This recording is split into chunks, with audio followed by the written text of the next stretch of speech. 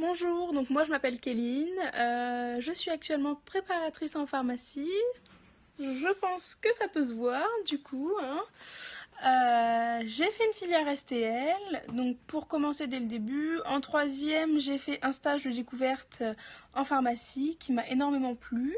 Ensuite j'ai fait ma seconde au lycée Charles Péguy à Olivet pour une section européenne allemande, donc rien à voir avec la STL jusqu'à maintenant.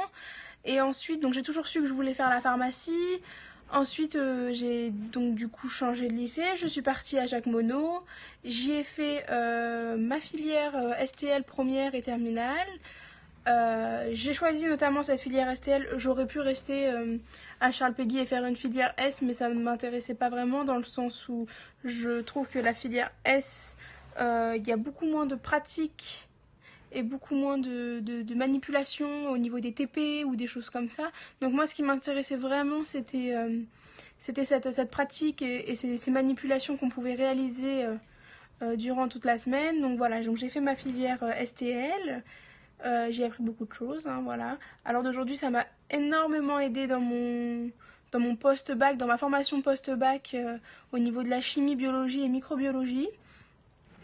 Parce qu'à l'heure d'aujourd'hui, je délivre des médicaments tous les jours, donc ce sont des molécules, donc forcément il faut avoir quand même un minimum de savoir en chimie, biochimie et même en microbiologie au niveau des bactéries, des virus et toute autre chose, levures, champignons, voilà, faut quand même avoir un minimum de savoir.